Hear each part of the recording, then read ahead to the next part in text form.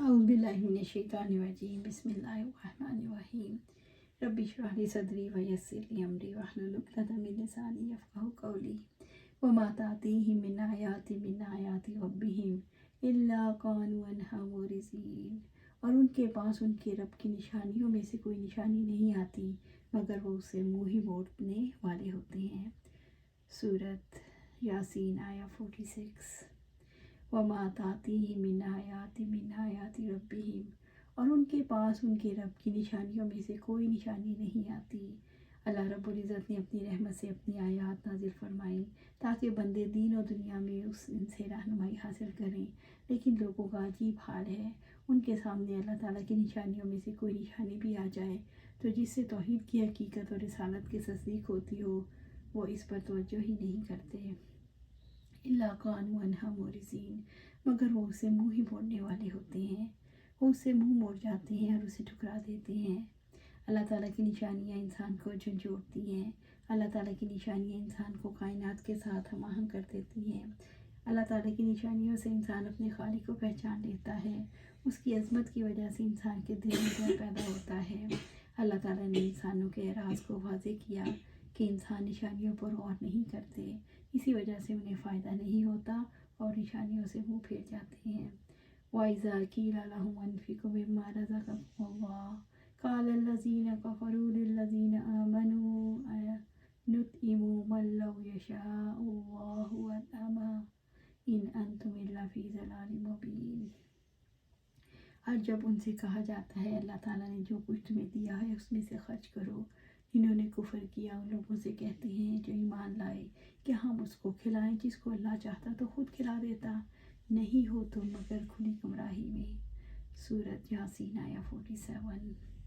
وَإِذَا قِيلَ لَهُمْ أَنفِقُوا مِمَّا رَزَقَكُمُ اللَّهُ، اور جب ان سے کہا جاتا ہے اللہ تعالیٰ نے جو کچھ تمہیں دیا ہے اس میں سے خرچ کرو، یعنی جب ان کو یہ حکم دیا جاتا ہے کہ اللہ کے دیے ہوئے رزق میں سے خرچ کرو۔ عبداللہ بن عباس رضی اللہ تعالیٰ عنہ کیسے بیان کرتے ہیں، روم کے بادشاہ ہرقل نے جب ابو سفیان سے پوچھا وہ نبی تمہیں کس بات کا حکم دیتے ہیں، تو ابو سفیان نے کہا وہ ہمیں نماز پڑھنے، زکوٰۃ دینے، رشتہ داروں کے ساتھ حسن سلوک کرنے اور پاک دامنی کا حکم دیتے ہیں۔ قال الذین کفروا للذین آمنوا أنطعم من لو یشاء اللہ أطعمہ، جنہوں نے کفر کیا ان لوگوں سے کہتے ہیں جو ایمان لائے کہ ہم اسی کو کھلائیں جس کو اللہ چاہتا تو خود کھلا دیتا۔ وہ جواب دیتے ہیں کہ اللہ تعالیٰ چاہتا تو یہ بھی مالدار ہوتے، ہمیں اللہ کی مرضی کے خلاف کیسے کر سکتے ہیں۔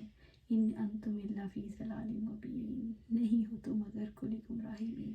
یعنی تمہارا یہ کہنا کہ غریبوں، مسکینوں، محتاجوں پر خرچ کرو سراسر غلطی ہے۔ ان کا یہ قول ان کی جہالت پر کی دلالت کرتا ہے، کیونکہ مشیت الہی کسی نافرمان کی نافرمانی کے لیے حرکت ذلیل نہیں، ہر چند کہ اللہ تعالیٰ جو چاہتا ہے وہی ہوتا ہے اور جو نہیں چاہتا وہ نہیں ہو سکتا۔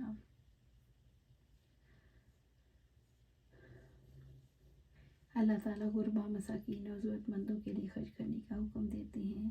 انسان اللہ تعالیٰ کی راہ میں خرچ کرنے، انفاق کے حکم پر اہل ایمان کو جواب دیتے ہیں ہم انہیں کھلائیں جنہیں اللہ خود چاہتا تو کھلا دیتا۔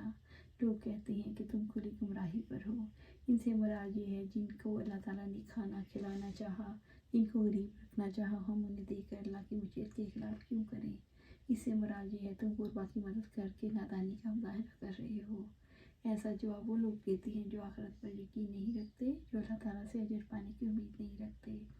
وَيَقُولُونَ مَتَىٰ هَٰذَا الْوَعْدُ إِن كُنتُمْ صَادِقِينَ، اور وہ کہتے ہیں یہ وعدہ کب ہوگا اگر تم سچے ہو۔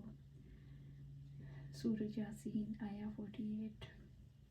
وَيَقُولُونَ، اور وہ کہتے ہیں، وہ قیامت کو جھٹلاتے ہوئے عذاب کے لیے جلدی مچاتے ہیں، مَتَىٰ هَٰذَا الْوَعْدُ إِن كُنتُمْ صَادِقِينَ، کہ یہ وعدہ کب ہوگا اگر تم سچے ہو، یعنی اگر تم بعثت اور آخرت کے آنے کے بارے میں یقین کے بارے میں اپنے قول میں سچے ہو۔ یہ بتاؤ قیامت کب آئے گی۔ لوگ آخرت کی طرف بے فکر ہیں، اپنی زندگی عیش اور آرام سے گزارنا چاہتے ہیں اور اسی میں مست ہیں، اس لیے غفلت میں ڈوبے ہوئے مذاق اڑانے کے لیے پوچھتے ہیں سچے ہو تو بتاؤ کب قیامت آئے گی، کیونکہ اس وعدے کو سچا نہیں سمجھتے۔ الوعد سے مراد قیامت کا وعدہ ہے۔ ما ینظرون الا صیحۃ واحدہ